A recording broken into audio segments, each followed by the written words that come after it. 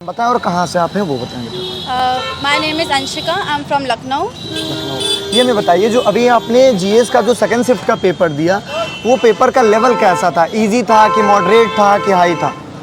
सबसे पहली बात तो ये मेरा फर्स्ट अटैम्प्ट था, तो मेरे को इतना नॉलेज नहीं था कि हाँ हाई होता है, मॉडरेट होता है, इजी होता है, पर मेरे हिसाब से ठीक था।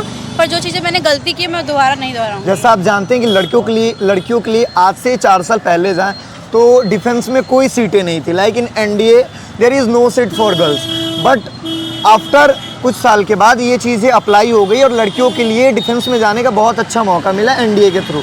तो बीइंग अ गर्ल, आप डिफेंस के बारे में क्या सोचती है?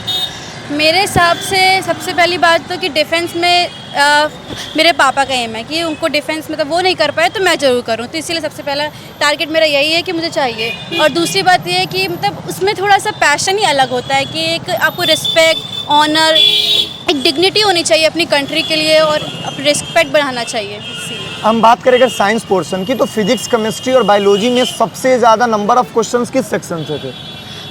फर्स्ट ऑफ ऑल फिजिक्स में थोड़े ज़्यादा थे और फिजिक्स को मैंने थोड़ा कम अटेम्प्ट किया और मेरे को बायो केमिस्ट्री सही लगी थी। ज्योग्राफी में आपने नंबर ऑफ क्वेश्चंस कितने अटेम्प्ट किए?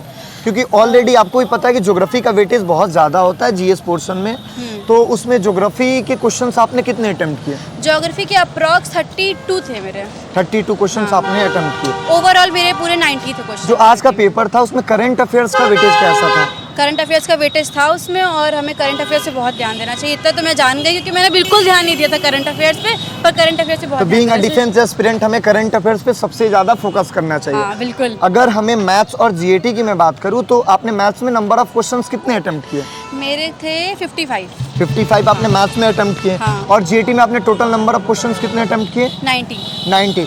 तो अगर ये क्वेश्चंस की हम बात करें जो आपने दोनों पार्ट में जो आपने अटेम्प्ट किया, तो इसके अकॉर्डिंग आपका, मुझे लगता है ये आपका सेक्शनल कटअप तो क्लियर हो रहा है। हाँ हो जाना चाहिए क्योंकि मैंने वही क्वेश्चन सॉल्व किए जो मेरे को 100% आते थे। मैंने उस तरफ ध्यान ही नहीं दिया कि जिससे मेरा हो ना सके, जैसे नेगेटिव मार्किंग हो जाए, क्योंकि नेगेटिव मार्किंग से मुझे बहुत डर लगता है। चलिए बेटा, बेस्ट ऑफ लक और आपके फ्यूचर के लिए lots of blessings from my side.